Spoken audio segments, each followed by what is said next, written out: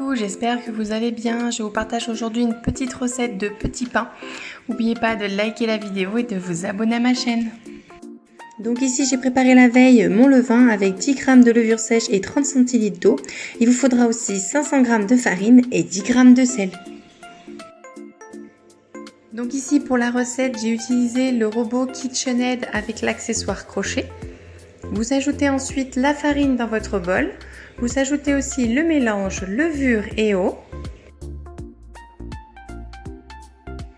Donc voilà, on va commencer le pétrissage. Donc vous lancez votre robot vitesse 2. Donc vous allez voir qu'au bout de quelques minutes, la pâte va se décoller des bords.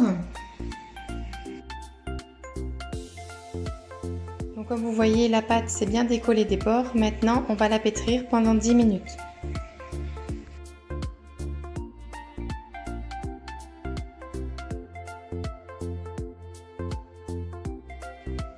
Donc vous allez voir qu'au bout des 10 minutes, vous n'aurez plus de pâte sur les parois du bol. Donc cela veut dire que votre pâte est prête.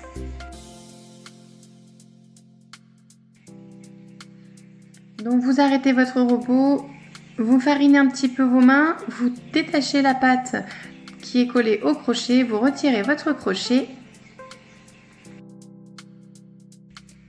Vous prenez votre corne, vous décollez la pâte des parois et du fond du bol.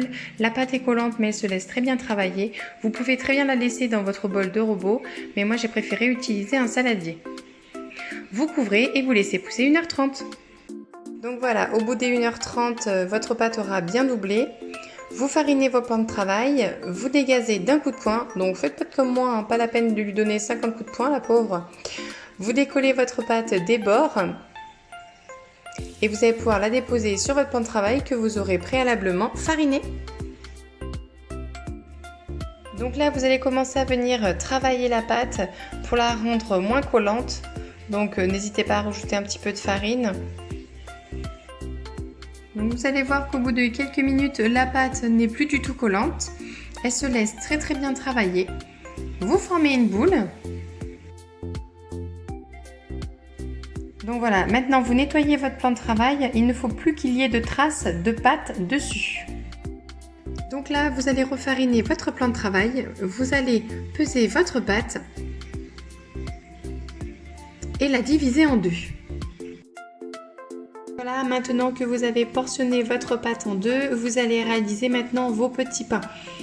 Donc ici avec cette recette, j'ai réalisé 21 petits pains d'environ 40 g.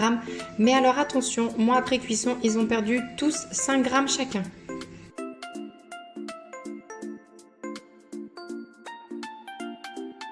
Donc ici j'ai réalisé 21 petits pains, mais vous pouvez utiliser cette recette pour faire vos baguettes, pour faire des gros pains.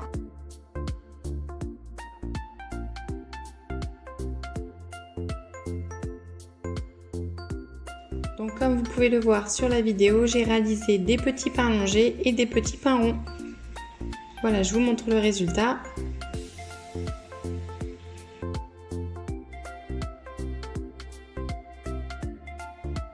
Donc là, vous allez couvrir et laisser repousser 30 minutes de plus.